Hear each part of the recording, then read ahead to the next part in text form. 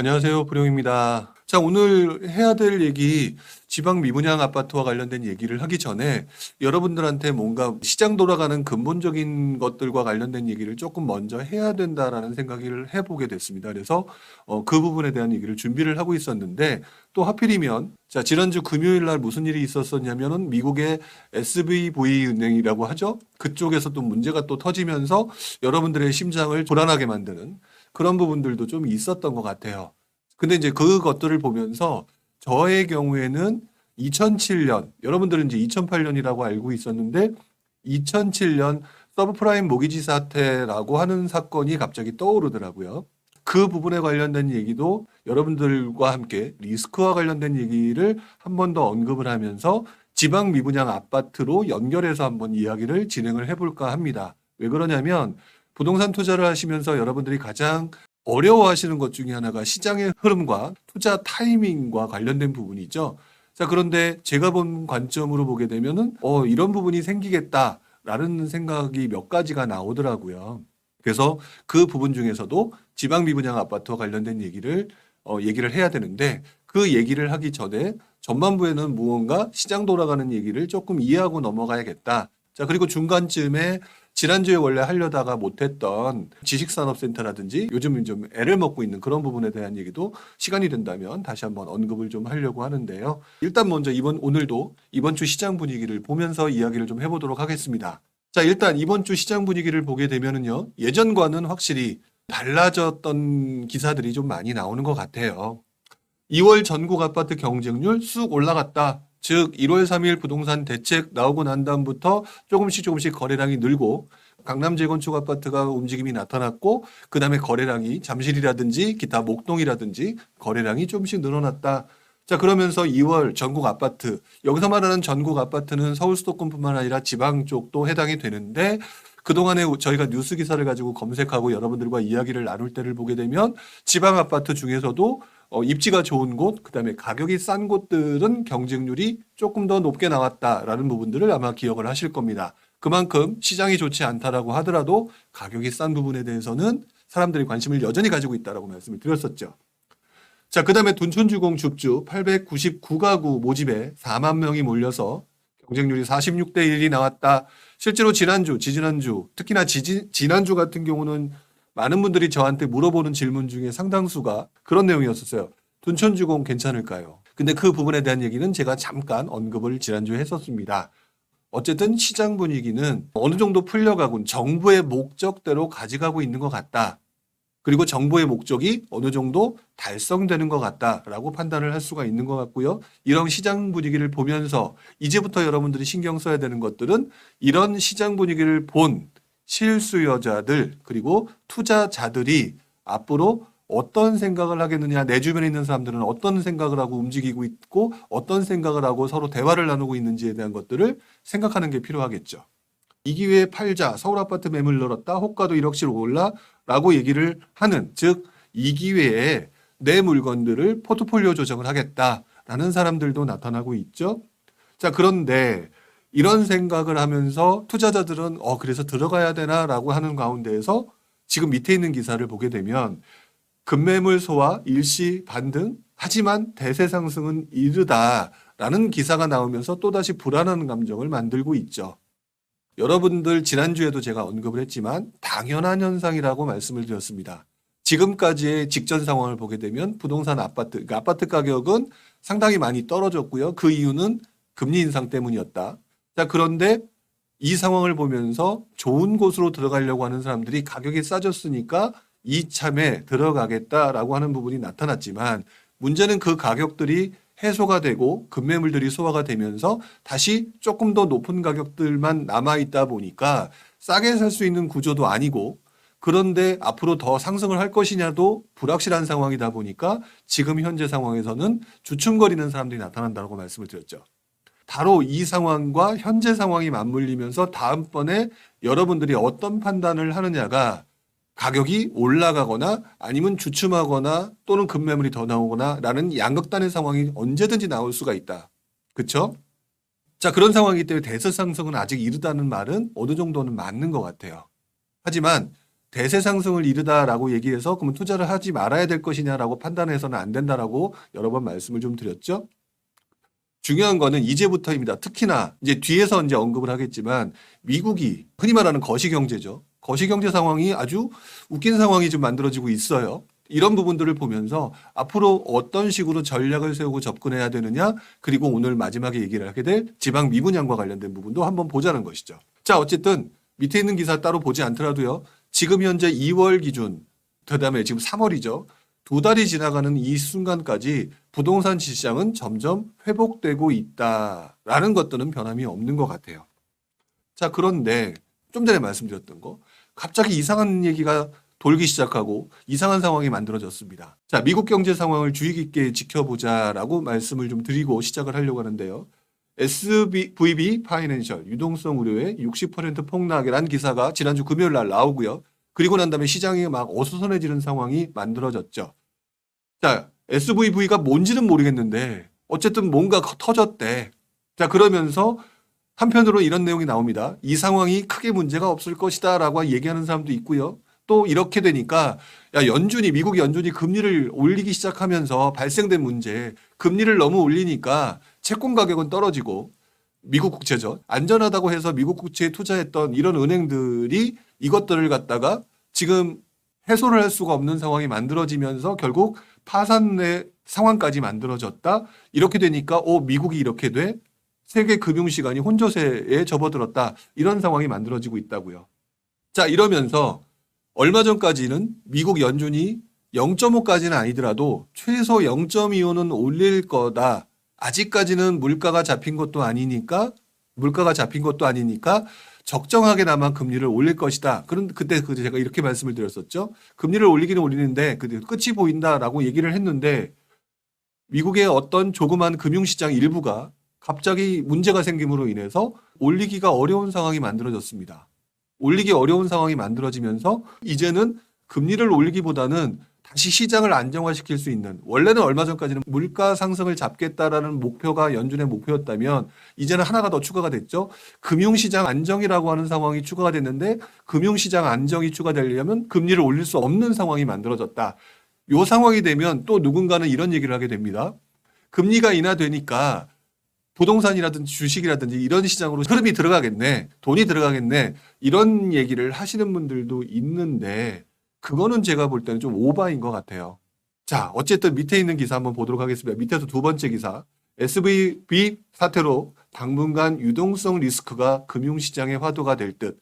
자, 여러분들 부동산 투자하시는 분들한테 제가 너무 거시경제 상황을 깊숙이 볼 필요는 없다라는 식으로 얘기를 하고, 그 다음에 얘기를 하는 게 거시경제 환경을 보려면 상승장 후반부 약간 버블스러운 상황이 나타났을 때부터 조금 눈여겨봐야 된다라고 말씀을 드려왔습니다. 그 부분이 뭐냐면 결국에는 신용이 늘어났다가, 그러니까 화폐 그다음에 돈이 유동성이 늘어났다가 이것들이 위축되는 상황에 금융시장이 문제가 생기게 됐을 때는 굉장히 조심해야 된다라고 말씀을 드리는 게, 그게 결국에는 금융위기로 흘러갈 수 있는 부분이기 때문에 그런 거거든요.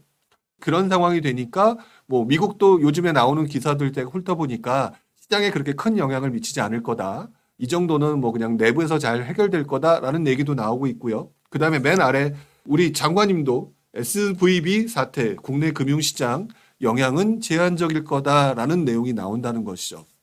자, 그럼 불용의 생각은 어떻게 생각하고 있느냐? 저 역시도 비슷하게 생각을 합니다. 그렇게 큰 영향은 없을 거라고 지금 현재 보여진다. 다만 여러분들한테 말씀을 드리면서 제가 옛날에 이런 식으로 말씀드렸죠. 지금은 투자를 하기보다는 좀 지켜봐야 될 때고 시장이 어떻게 돌아가는지를 봐야 될 거다라고 얘기한 부분이 뭐냐면, 상승장 후반부에 신용경색 현상이 일어나게 되면은 나중에 무슨 문제가 생겨나게 되면은 금융시장이 무너질 수 있는 상황이 만들어지고요. 금융시장이 무너지게 되면 그때는 부동산 시장도 영향을 미치기 때문에 그 부분이 나타날 가능성에 대해서 조금 조심해야 된다. 이런 부분을 말씀을 드려왔는데 그 부분이 지난번과 굉장히 좀 비슷하다. 2007년과 비슷한 모습이 나타나고 있다라는 말씀을 드리면서 얘기를 해야 될 것 같아요. 제가 부동산 시장만 얘기를 하게 되면 2009년 상황과 비슷하다. 자, 그런데 거시경제 상황을 가지고 얘기를 하게 되면 2007년 상황보다는 조금 더 나아 보이지만 2007년 상황과 좀 비슷한 부분이 있어 보인다라는 얘기를 좀 해야 될 것 같습니다. 지금 보여드리는 게 바로 2007년도에 서브프라임 모기지 상황을 가지고 한번 얘기를 잠깐. 자, 근데 전제를 이렇게 두고 얘기를 하겠습니다. 서브프라임 모기지 상황이 있어서 2008년 금융위기가 왔죠. 그것이 이어진다라는 얘기가 아닙니다. 이어진다는 얘기가 아니라 어떤 부분을 조심해야 되느냐 부분을 생각해 보자라는 것이죠. 자, 2007년 우리 서브프라임 모기지 사태, 그다음에 2008년 리먼 브라더스의 붕괴 이런 사건이 나타났던 그 부분이 2008년이었기 때문에 많은 사람들이 서브프라임 모기지와 관련된 부분을 2008년 상황으로 기억하시는 분들이 많습니다. 그런데 서브프라임 모기지 사태가 굉장히 문제가 됐다라고 하는 부분을 과거 사례로 돌아가 보게 되면 2007년 초, 사실 좀 더 미리 말하자면은 2004년, 5년도부터 서브프라임과 관련된 얘기가 나오기는 했어요. 근데 그게 2007년도에 본격적으로 나오게 됐던 것이죠. 자, 미국 모기지 곳곳에서 부실 징후 파장, 이게 2007년 2월 9일 기사입니다. 자, 지금도 SVB 은행에 관련된 거 파장이 있다라는 것들이 그 지난주 금요일 날 나왔죠. 자, 그러고 난 다음에 3월 달 기사를 보게 되면 부실 주택 대출이 미국 경제를 흔든다라는 내용이 나오면서 바로 그 다음 세 번째 기사를 보게 되면 서브프라임발 위기, 미국 금리 인하로 이어진다라는 얘기가 나오죠. 그런데 제가 좀 전에 보셨던 거, 이번 미국의 사태로 인해서 미국 금리 인상 부분이 멈추고 금리 인하 부분이 나온다면서 또 긍정론으로 흘러가는 사람들이 나오죠. 근데 그때도 있었다라는 거죠. 여기서 여러분들한테 말씀드리고 싶은 것은 이때도 그 직전 상황이 버블이라고 하는 과도한 유동성이 증가됐다라고 하는 부분이 직전 상황으로 만들어지고요. 그 상황에서 많은 사람들이 서브프라임 모기지, 미국 같은 경우는 서브프라임 모기지 대출을 이용해서 했다가 연체율이 높아지고 이런 상황이 발생됐었던 거죠. 자, 그러면서 2007년 4월 16일자 기사를 보게 되면 미국 경제가 안개 속이다, 비관론 확산이다라는 내용이 나왔었는데 이 부분을 왜 얘기를 하게 되면 2007년 4월 당시에 그러면 부동산 시장, 국내 부동산 시장에서는 어떤 움직임, 어떤 얘기가 있었느냐 생각을 해보게 되면요. 부동산 투자자는 별로 관심이 없었어요. 왜? 2005년, 2006년 굉장히 사람들이 관심들이 투자에 높았던 상황이니까 2007년에 조금씩 분위기가 꺾여가고 있는 상황에 저 멀리 미국에서 떨어지는 이상한 현상들은 남의 얘기였었던 것이죠. 그러니까 미국 경제가 안개 속 비관론 확산되고 그 당시에 미국에 있는 경제학자 기타 뭐 여러 그또 저명한 분들이 위기에 대한 것들을 언급하고 있었던 시기, 국내 부동산 투자자들은 관심이 없었고 그때 주로 어디에 투자했느냐? 강북에 있는 소형 아파트. 왜? 아직 덜 올랐으니까. 자, 그다음에 오피스텔. 왜? 집값이 좀 떨어지고 오피스텔이 좀 주춤하면서 월세 수익이 올라가는 상황이 만들어지니까 이러면서 대체 투자 쪽으로 많이들 접근하는 상황이 그때 만들어졌던 것들이 그때의 모습입니다. 자, 그러다가 세 번째, 미국 서브프라임 모기지 신용시장 전체로 번지나라는 내용이 7월 달 기사로 나오고 있죠. 그리고 그 당시 자꾸 이제 우려되는 상황이 나오니까 우리나라 정부 마지막 기사에 이렇게 나옵니다. 서브프라임 사태 우려할 만한 상황이 아니다. 자, 그런데 다시 한번 바로 전에 맨 밑에 추경호 장관 SVB 사태 국내 금융시장 영향 제한적 이런 내용들이 나오고 있죠. 어떻게 보면 그 내용과 상당히 비슷한 모습이 진행되고 있다. 그리고 부동산 투자자는 막연하게 두려움만 가지고 있고 또는 아예 관심이 없고 투자할 곳을 찾는 부분이겠지만 여기서 중요한 부분은요. 신용경색이라고 하는 부분인 것 같습니다. 신용경색이라고 하는 부분. 자, 지금 다시 한번 제가 조금 걱정돼서 언급을 하지만 지금 제가 언급하는 게 그래서 시장 뭐 불안하니까 조심해라 이런 얘기를 하려고 하는 게 아닙니다. 그런 얘기를 하는 게 아니라 과거 상황에 시장이 안 좋아질 때 그리고 그 상황이 부동산 시장에 영향을 미칠 때를 보게 되면 첫 번째가 그 직전 상태에서 과도한 버블과 같은 현상들이 나타났고 여러분들이 투자에 집중적으로 몰려드는 현상이 나타났다가 신용경색 현상이 나타나게 되면서 이것들이 점점 커지게 되는 그러면서 그 다음에 리먼 브라더스 사태가 터지면서 작은 곳부터 시작해서 큰 은행들이 무너지는 상황이 만들어지는 즉 금융 시스템이 붕괴되는 상황이 만들어졌던 것들이 지난 2008년의 금융위기의 본질이고요. 그것들이 부동산 시장에 영향을 미쳤다. 그렇다면 SBV은행과 관련된 사태가 지금 오늘 내가 제가 이 내용에 적진 않았지만 또 다른 것들이 조금 부실 문제가 있다는 내용이 나오고 있죠. 뭐 어디냐? CS, 크레디트 스위스 쪽에서 문제가 생긴다라는 것들이 나오면서 또 부실징후라는 기사가 나온다는 거죠. 이게 뭐냐면 금융 시스템이 작은 곳부터 시작해서 무너지면서 연쇄적으로 도미노 현상이 나타나는데 그것들을 갖다가 막기 위해서 지금 미국도 그랬고 그다음에 스위스도 그랬고 이것들을 보전해 주겠다라는 내용들이 나오면서 안정화시키려고 노력하고 있다는 거예요. 그렇기 때문에 그리고 또 직전에 서브프라임 모기지 사태 당시의 그 미국 상황과 비교하게 되면 지금 이 상황이 엄청난 문제가 있을 정도의 상황이 아니라고 보여지기 때문에 크게 걱정하실 문제는 아니라고 보여지나 중요한 거는 항상 크게 무너질 때의 모습은 신용 경색부터 출발해서 금융기관이 무너지는 대형 금융기관이 무너지는 금융 시스템의 붕괴로 이루어지고 그게 시장 침체로 이어지는 상황으로 만들어졌다. 이게 금융위기의 본질이거든요. 그러니까 이런 부분들을 여러분들이 좀 조심해야 되는 상황이다라는 것들은 기억하셔야 된다는 것이죠. 차련님께서 이런 것들을 얘기하셨습니다. 금융위기 시기면 불용님이 금융기관에 종사하실 때이라고 그때 분위기를 너무 잘 아실 듯 하네요라고 얘기를 하셨는데 아주 잘한다고 말씀을 드릴 수는 없지만 분명히 그 당시 그런 부분이 있었었어요. 그리고 이것들을 걱정하는 사람들은 너무 크게 걱정을 하고요. 그리고 이것들에 무시하고 그냥 부동산 투자에 집중하셨던 분들도 존재를 하고요.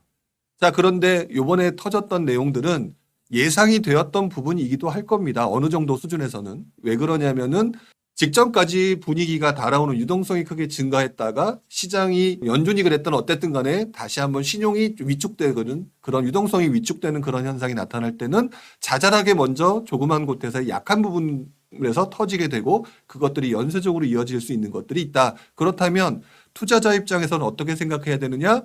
예전처럼 막 하다가는 또 한번 사실 금융위기가 올지 안 올지 모르는 거잖아요. 저는 아직까지는 아니라고 보는데 그런데 그런 상황이 있으니까 조금 조심스럽게 움직일 필요는 있지 않을까. 그런 부분들을 여러분이 생각하셔야 된다는 것이죠.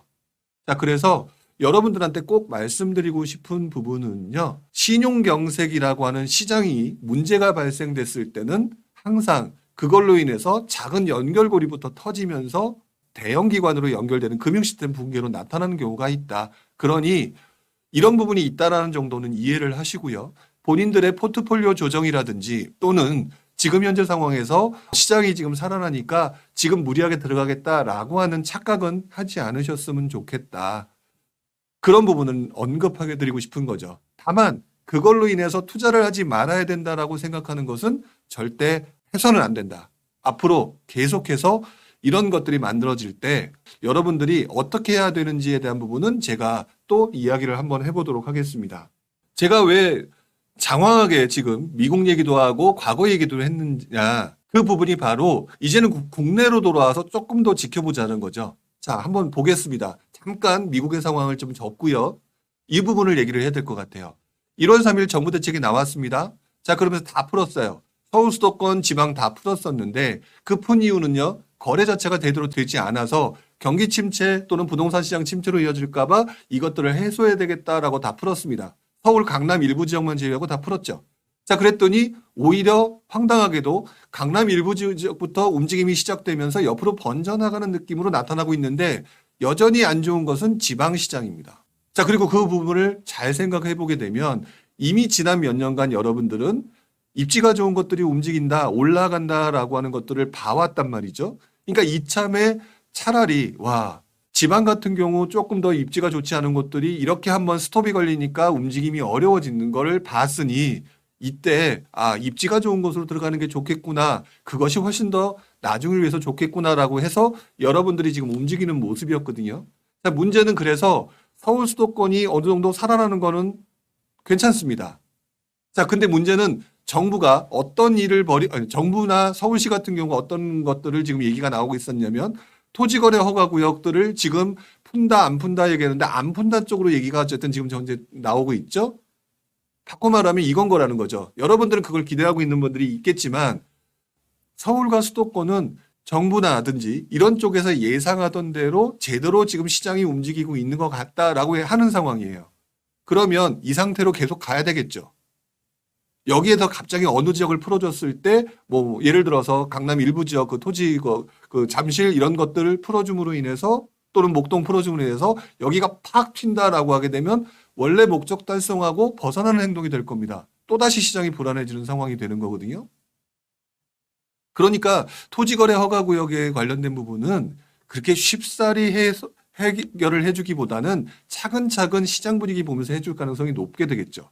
자, 그래서 토지거래 허가구역 부분에 대한 해제 역시도 지지부진해질 가능성이 매우 높다라고 보여지는데 문제는 지방입니다. 자, 지방 부분은 언제든지 분명히 뭔가를 해결해 주지 않으면 지방은 좀 심하게 말하면 굉장히 쑥대밭이 될 수 있는 상황. 그리고 여기에 여러분들 중에서도 상당히 많은 부분들이 문제가 발생을 했었잖아요. 자, 그런데 이제부터 이제 이 기사를 다시 한번 보도록 하겠습니다. 옆에 있는 기사를. 자, 미분양의 85%가 지방이랍니다. 자, 정부 외면 속에서 지방사업장 줄도산 위기라고 얘기하는데 저는 외면했다고 보지 않아요.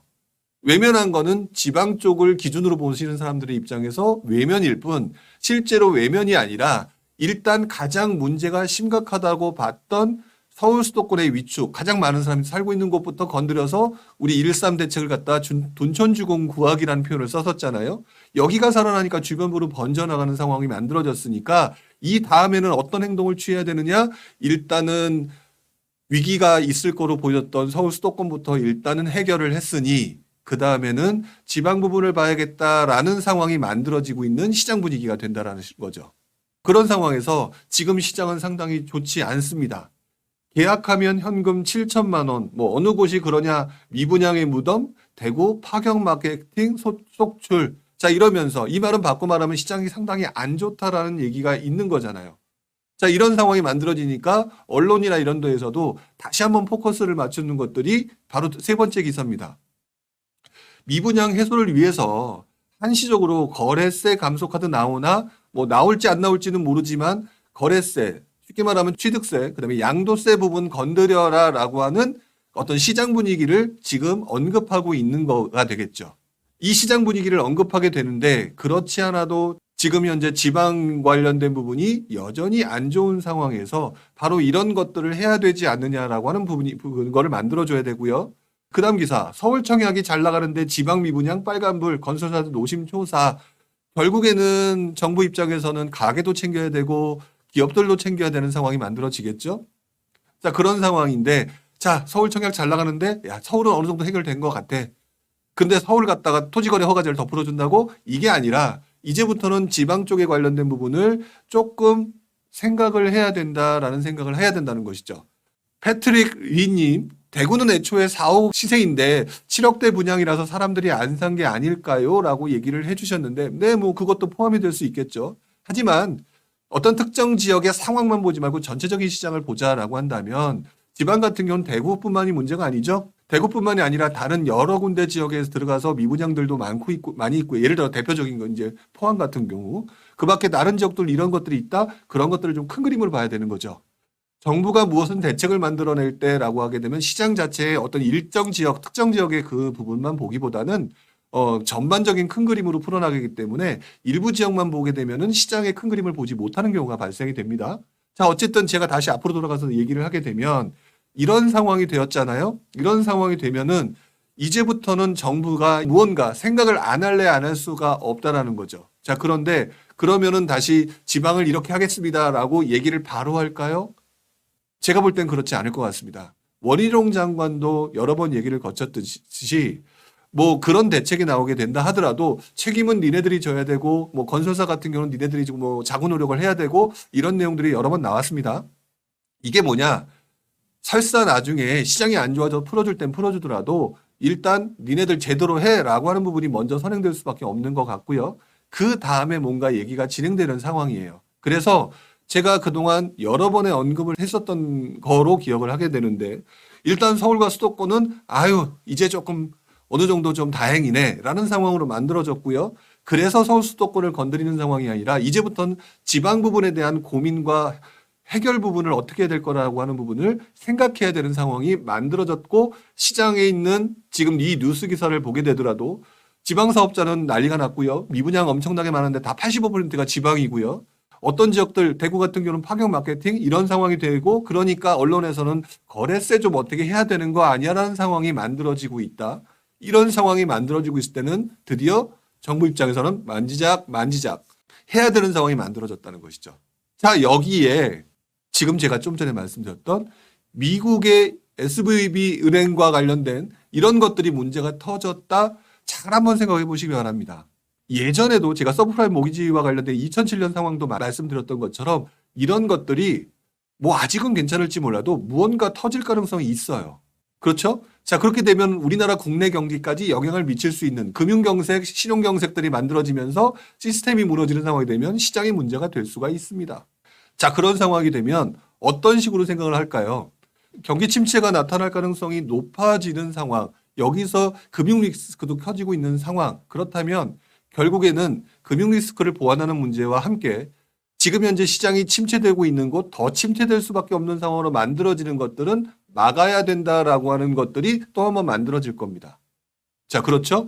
그런 부분이라고 한다면 자연스럽게 정부는 지방 미분양 또는 지방과 관련된 대책들을 더 한번 자세히 보면서 시장 자체를 안정화할 수 있는 구조로 만들어갈 가능성이 되게 높다라고 보여져요.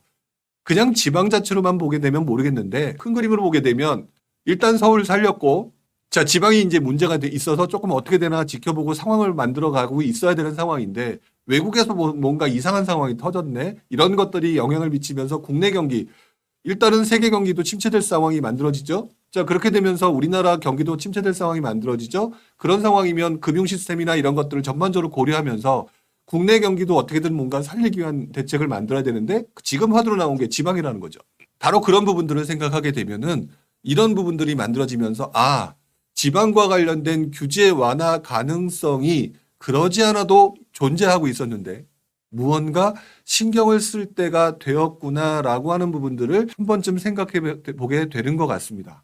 그래서 저는 이런 시장 환경이 만들어지고 이렇게 흘러가고 있다라고 한다면 머지않은 시기 또는 뭐 극단적으로 시간을 맞출 수는 없으니까 올 하반기 또는 내년 초 수준의 지방주택 활성화 대책과 관련된 또는 지방주택 미분양 관련된 어떤 대책 관련된 부분이 나오게 될 수밖에 없다. 또는 그게 빨라질 수밖에 없지 않을까라는 생각을 한다는 것이죠. 자, 그렇다면 오늘 썸네일 제목 기억하시죠? 지방 미분양 아파트 지금 투자해도 되느냐. 많은 사람들이 지방 미분양 아파트를 들어가야 된다고 아니면 들어갈 기회를 노리고 있는 거죠. 자, 그런데 대구 같은 경우는 지금도 많은 곳에서 거래가 일어나고 있습니다.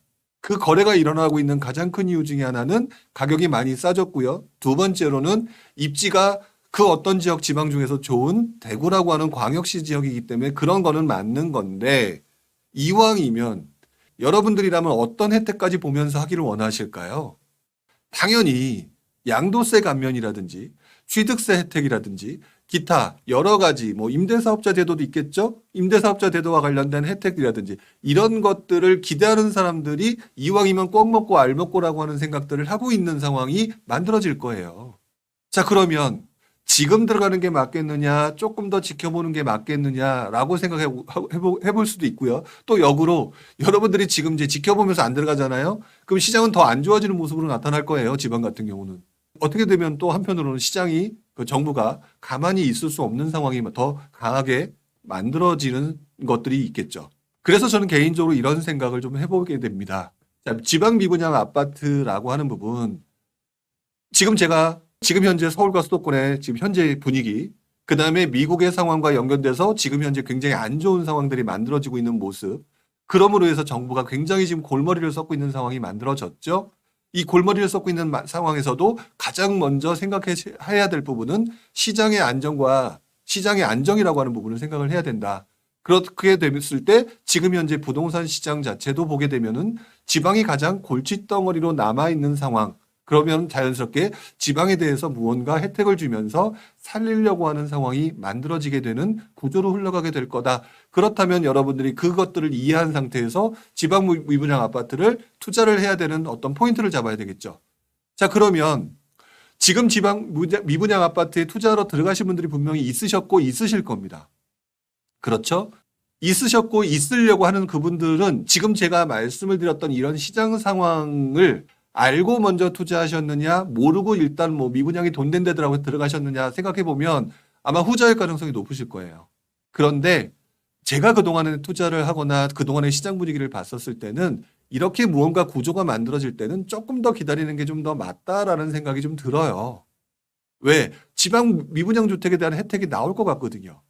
그리고 그게 언제일지 모르겠지만 그렇다면 여러분들이라면 어떻게 하겠느냐? 지방 미분양 혜택 나오고 난 다음에 그중에서도 그럼 지금 어떻게 하셔야 된다라고 저는 생각이 드냐면 지금 무조건 투자하는 게 중요한 게 아니라 지금 미분양이 많은 지역이 어디냐? 첫 번째, 지금 지방 미분양이 가장 많은 곳이 어디냐? 그리고 두 번째, 입주 물량이 터져서 앞으로 몇 년간 터져서 심각해질 만한 곳이 어디냐? 자, 그렇죠? 그리고 난 다음에 또는 반대로 역으로 가야 될 때는 그래서 입주 물량이 크게 줄어드는 곳은 어디냐? 여기에 따라서 투자 전략을 세워야 될 것 같아요. 예를 들어서 입주 물량이 크게 늘어나는 동네 같은 경우는 오히려 물량이 늘어나기 때문에 가격은 더 떨어지겠죠. 그럼 더 싸게 살 수 있는 기회가 만들어지겠죠. 길게 보면은.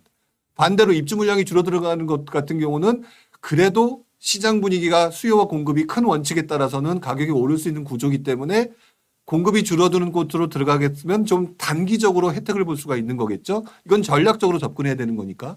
그런 지역 중에서 미분양 관련된 혜택이 나온다. 그러면 나라면 어떻게 투자를 하겠느냐.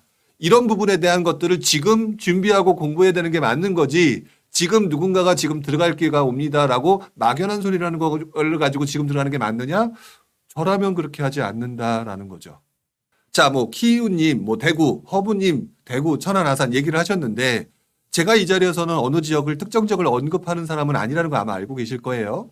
그렇다면 여러분들이 스스로 판단하셔야 될 건 간단해요. 아까 말씀드렸던 것처럼 지방 미분양에 관련된 혜택이나 이런 것들이 나올 가능성이 있다라고 했을 때는 입주 물량이 줄어들어가는 곳 또는 입주 물량이 크게 늘어나는 곳 이것들을 어떻게 이용할 수 있는 거냐. 그리고 지금 미분양이 엄청나게 많은 곳은 어디냐. 이런 것들에 따라서 사람들의 움직임이 못 들어오거나 또는 주저하거나 이런 것들 여기에서 앞으로 나오는 미분양 주택과 관련된 혜택이 나왔을 때 이것들을 여러분들이 어느 정도 정리를 해두고 있어야지 다음번에 뭔가 혜택이 나왔을 때 여기다라는 판단이 될 거 아닙니까? 그렇죠? 자, 불머리님 시원하게 한번 얘기해 주세요. 어디가 좋고 나쁜지라고 얘기했는데 이거 되게 조심스러운 발언일 거예요. 제가 얘기하게 되면 여러분 어떻게 하시는 줄 아십니까? 거의 대부분 그냥 밑도 끝도 없이 거기만 가게 되는데요. 문제는 그겁니다. 미분양 관련된 혜택이 A라는 방식으로 나올지 B라는 방식으로 나올지 C라는 방식으로 나올지는 지금 아무도 몰라요. 그냥 큰 그림으로 제가 지방 미분양이라고 하는 것들은 혜택이 나올 것이기 때문에 그거에 대한 대비를 하고 준비를 해야 된다라고 말씀을 드렸는데 A 방식으로 나오는 거는 예를 들어 대구일 수 있고요. B 방식으로 나왔을 때는 뭐 예를 들어서 뭐 천안, 아산, 울산일 수도 있고요. 이렇게 달라져요. 달라지는 것들 갖다가 지금 와서 시원하게 얘기를 한다? 시원할 수가 없습니다.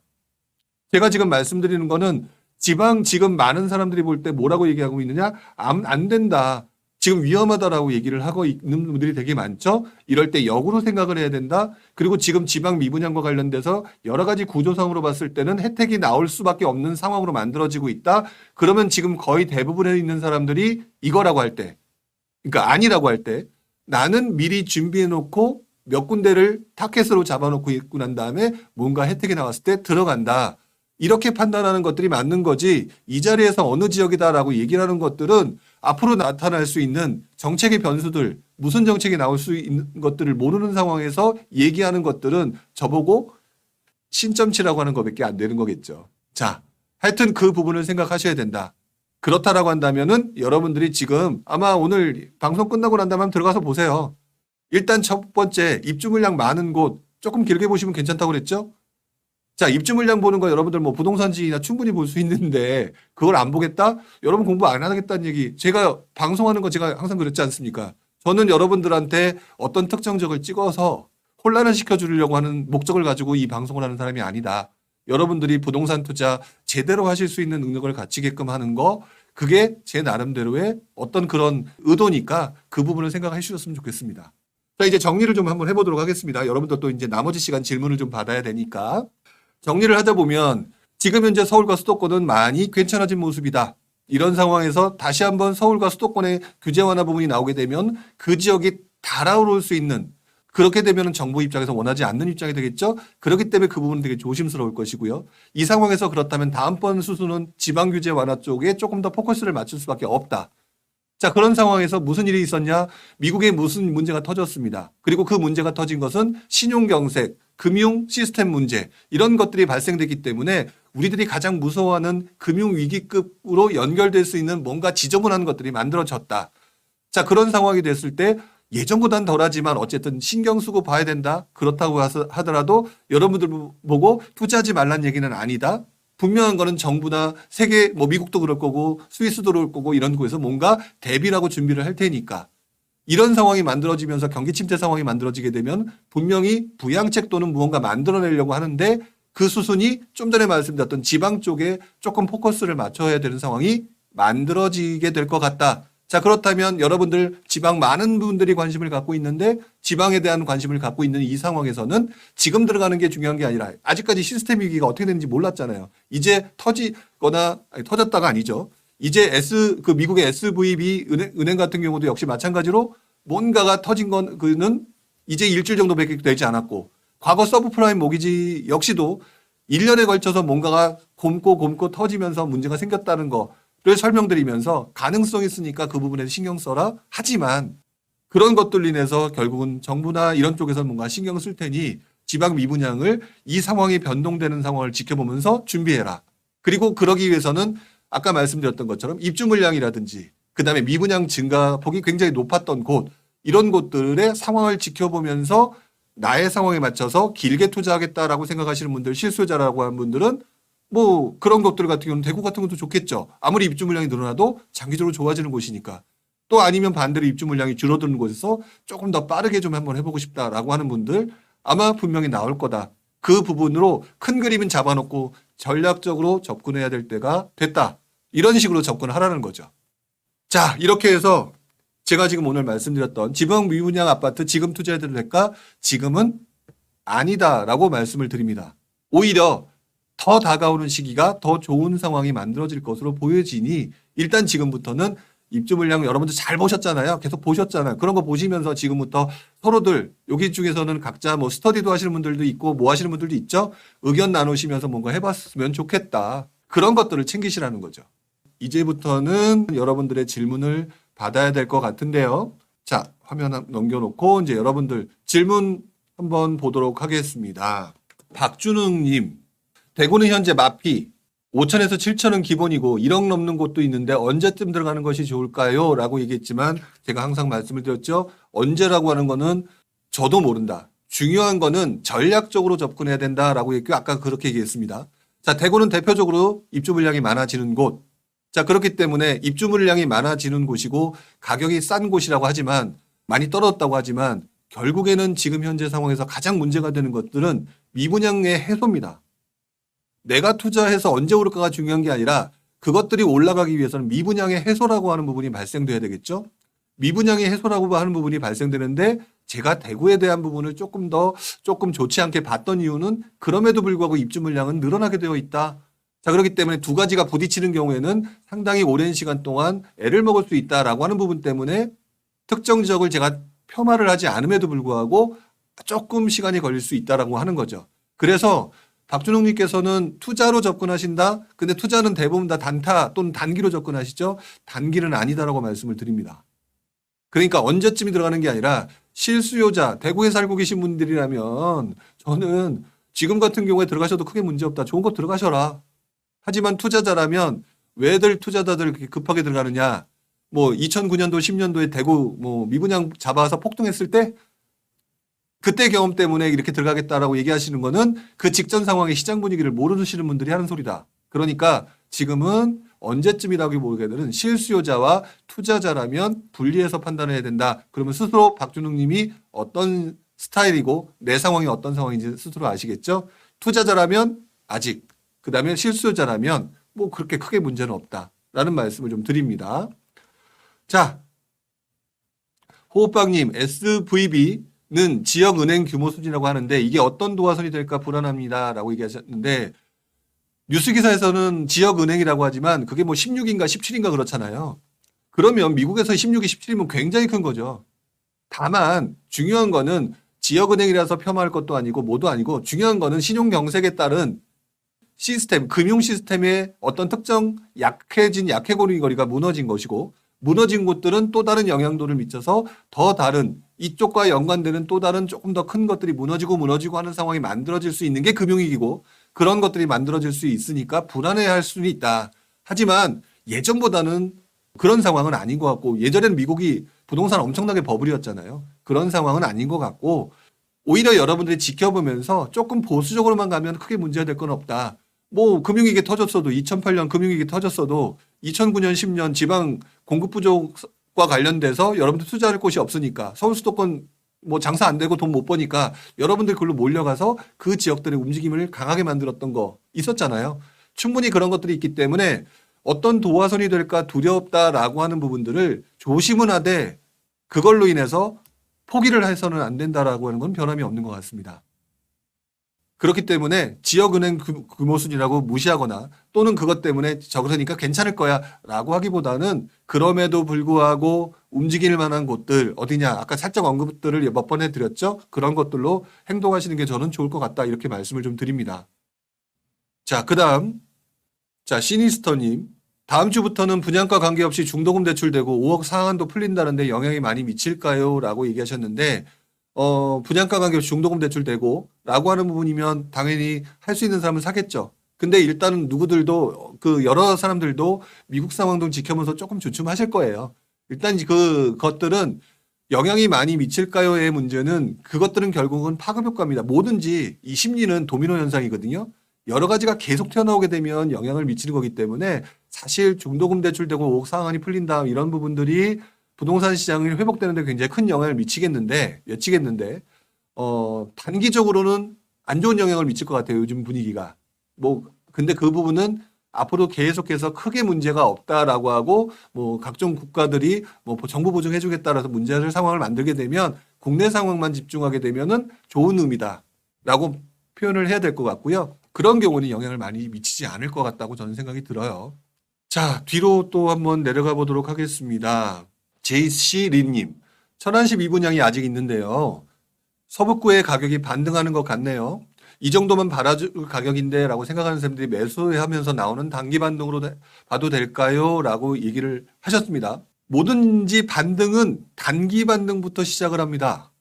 장기 반등이라는 건 존재하지 않죠. 단기 반등이에요. 뭐든지. 문제는 그 단기 반등이 장기 반등이라는 걸로 이어지게 되는 것들은 그걸 사고 난 다음에도 특별한 문제가 없거나 또는 사람들이 계속 들어올 때들이 문제가 없이 올라가는 것이죠. 일단은 지금 현재 서북구의 가격이 반등하는 것, 제가 그 지역을 뭐 이렇게 꼼꼼히 조사한 건 아니니까 일단 중요한 건 그건 것 같아요. 서북구의 가격이 반등한다라고 얘기하는 것들은 일단 어느 정도 천안시가 미분양 물량이 있고 아산시도 좀 있고 이럼에도 불구하고 천안에 가지고 있는 것들을 입지가 좋은 곳이라고 생각하기 때문에 움직이는 거라고 보여져요.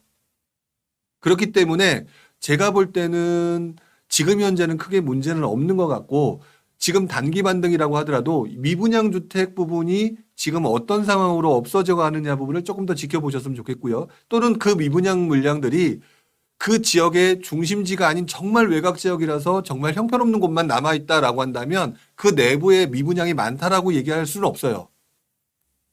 오히려 반대로 좋은 지역들의 미분양은 없다는 얘기이기 때문에 지역적으로 괜찮다라고 말씀을 드릴 수 있을 것 같거든요. 그러니까 이거는 단기 반등의 문제가 아니라 미분양이 있다. 근데 그 지역의 미분양이 중심지가 아니다라고 한다면 조금씩 살아나는 것이라고 봐야 될 것 같아요.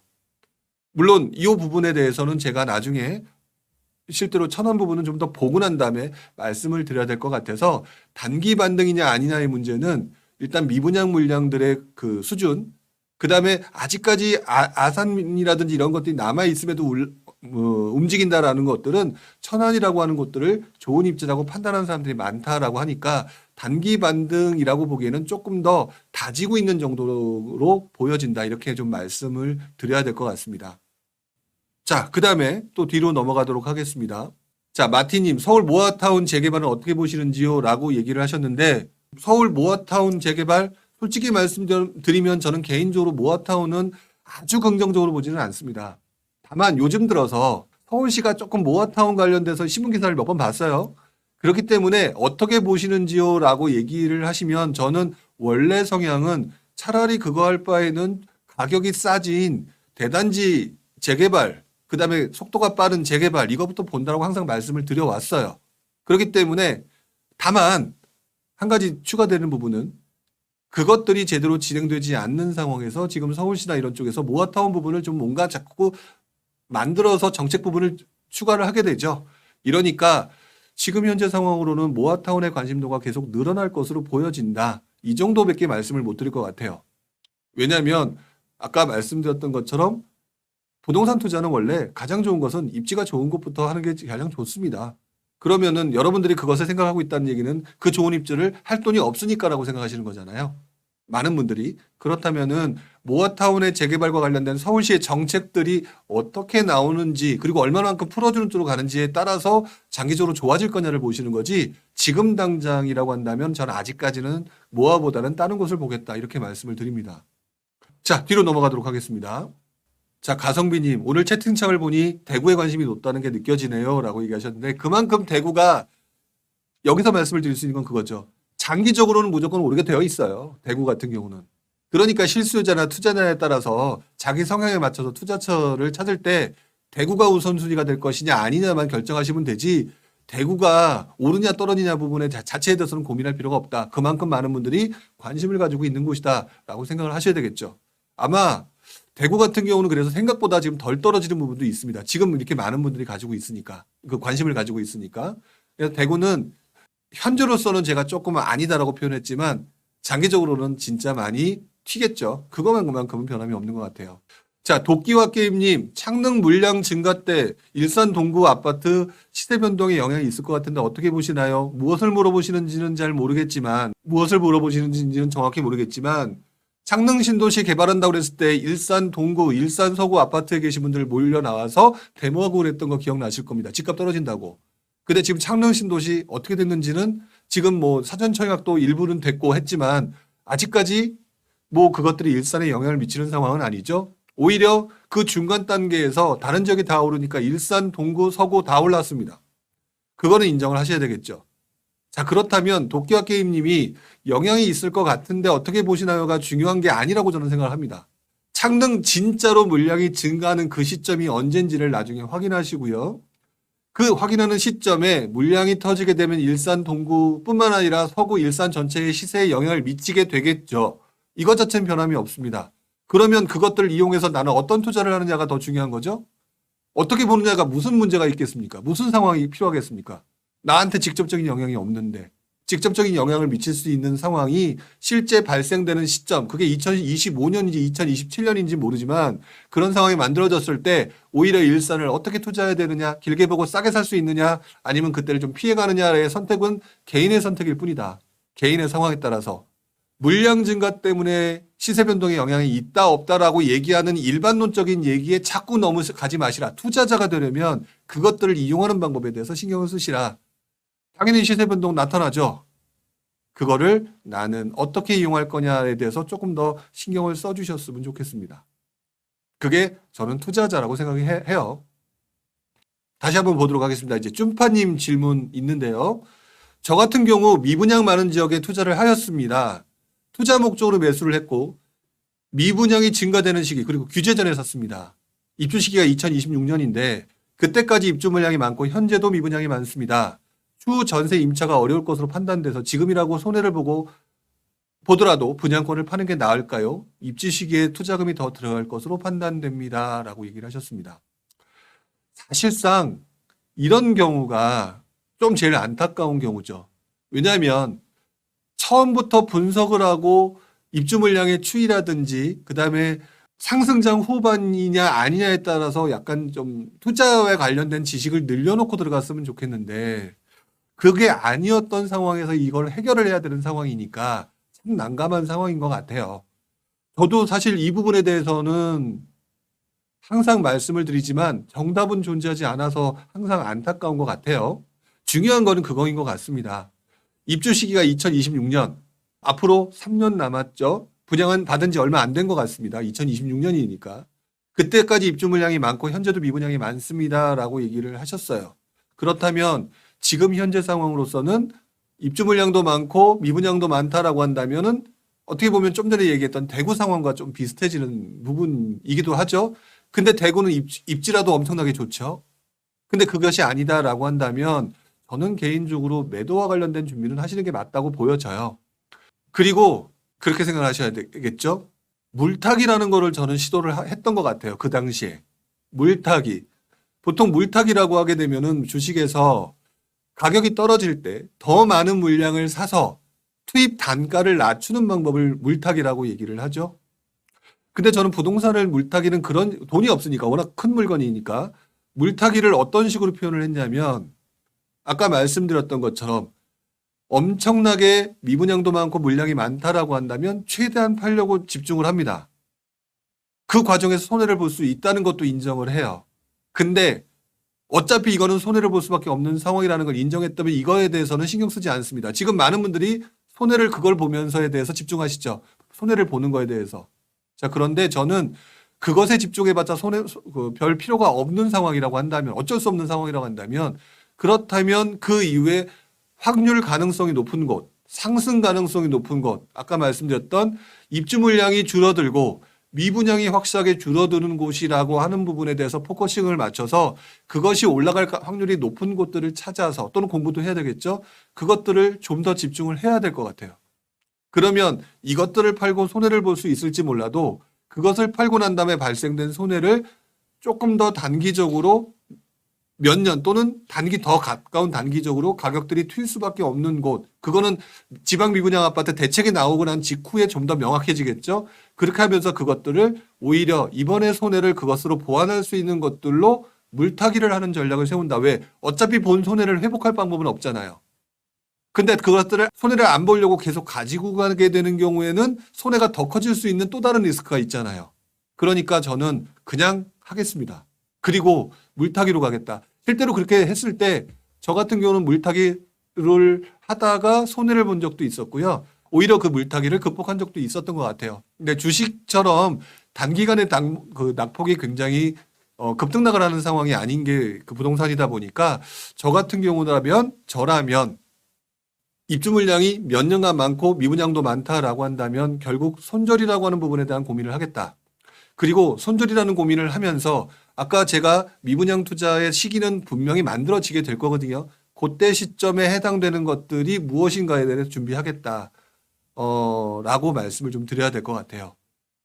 어차피 손절 부분에 대해서 극복할 수가 없다면 손절을 인정하시고요. 단기적으로 수익을 볼 수 있을 만한 대상, 특히 미분양은 앞으로 혜택이 나올 거기 때문에 그 시점에 조금 빠르게 들어갈 수 있는 곳들로 갈아타기를 한다라는 차원으로 좀 접근하시는 게 맞지 않을까. 좀 이렇게 생각을 하네요. 이정민님, 대구 경우는 지금 전세금이 낮은데 투자금이 많이 들어갑니다. 결국 매매가 대비 전세가 비율 부분을 말씀하시는 건데 장기적으로 보면 전세금도 올라갈 것 같은가요? 라고 얘기를 하셨죠. 여기서 제가 항상 말씀드렸던 것. 주택시장은 필수제이기 때문에 결국 여러분들은 매수 아니면 전월세를 선택할 수밖에 없다. 왜? 집에서 살아야 되니까 라는 말씀을 항상 드려왔죠. 이게 본질입니다. 자, 그렇다면 지금 대구의 경우는 전세금이 낮은데 당연히 낮을 수밖에 없죠. 미분양 물량이 많고 또는 여러분들이 투자로 많이 들어갔는데 그것들이 물량들이 이제 터져나오는 시기가 되니까 전세금은 더욱더 낮아지거나 낮은 상태로 나올 수밖에 없다. 그러니까 지금 현재 상황으로는 뭔가 하기가 어렵죠. 그러니까 여러분들은 그것들을 매전 갭을 끼고 뭔가를 하기 어려우니까 얘들은 끝났구나. 또는 지금 현재 그런 상황이니까 앞으로 이렇게 될 것인가 라고 생각을 하시게 되는데 본질적으로 보게 되면은 결국에는 전세라고 하는 부분들로 여러분들은 많이 들어갈 수밖에 없죠. 왜? 집을 살 바에는 전세 들어가는 게 훨씬 더 이득이 되니까 결국 수요가 장기적으로 늘어나게 되면서 입주 물량이 많아서 지금 표시가 안 나는 것 뿐이지 입주 물량이 줄어들기 시작하고 전세 수요가 점점 더 늘어나게 되면 반대 역크로스가 나타나면서 우리가 알고 있는 역전세난처럼 반대로 전세난으로 바뀌게 되는 상황이 만들어지게 되겠죠. 그래서 장기적으로 보게 되면 전세금이 올라간다라고 하는 것은 변함이 없어요. 다만 정부의 부동산 대책, 임대사업자 제도 뭐 이런 것들로 인해서 자꾸 그것들을 못 올라가게 만들어 놓는 어떤 장기적 구조가 임대사업자 제도의 5% 상승 아니겠습니까? 그런 부분 때문에 천천히 올라갈지 부분은 발생이 되겠지만 분명한 거는 필수제의 상품은 매수 아니면은 전월세이기 때문에 그것들이 체인지가 되면서 움직이게 될 거다. 이거는 크게 변함이 없다. 이것들을 좀 생각하시면 될 것 같습니다. 자, 이렇게 해서 오늘도 여러분들과 이야기를 좀 많이 했습니다. 자, 지방 미분양 아파트 지금 투자해도 될까? 아직까지는 조금 애매하다. 하지만 현재 상황에서 최악인지는 몰라도 앞으로는 뭔가 분명히 만들어질 거라는 사실을 기억을 하셔야 될 것 같고요. 그런 부분은 아마 저희 밴드방에서 활동하시는 분한테는 제가 여러 번 말씀을 드렸던 것 같아요. 미분양 아파트가 해소되고 그 진행되는 과정에서 얼마나 많은 시간들이 걸려왔는지, 그렇기 때문에 그 이후에 얼마나 큰 수익을 얻었는지 부분 말씀드려 왔었던 거 기억하실 테니까 아마 그 부분에 대해서는 앞으로도 기회가 된다면 여기 계신 또 다른 분들한테도 말씀을 좀 드릴 수 있을 겁니다. 여러분들도 지금 현재 상황에 대해서 너무 부정적으로 보지 마시고요. 며칠 전에 터졌던 위기와 관련된 것도 그거에 대해서 크로스 체킹만 하면 될 뿐이지 그것 때문에 해야 될 것이냐 말 것이냐라는 부분 너무 크게 신경 쓰지 마라. 자, 이렇게 해서 오늘도 부동산 노포 라이브 끝날 시간이 됐고요. 다음 주 목요일에도 역시 그때 상황에 맞는 이야기를 가지고 여러분들과 이야기를 나누도록 하겠습니다. 여러분들한테 도움이 될 수 있는 얘기가 되었으면 좋겠다라는 생각이 들고요. 자, 오늘 수고하셨고요. 저는 이것으로 마치도록 하겠습니다. 다음 주에 뵙도록 할게요.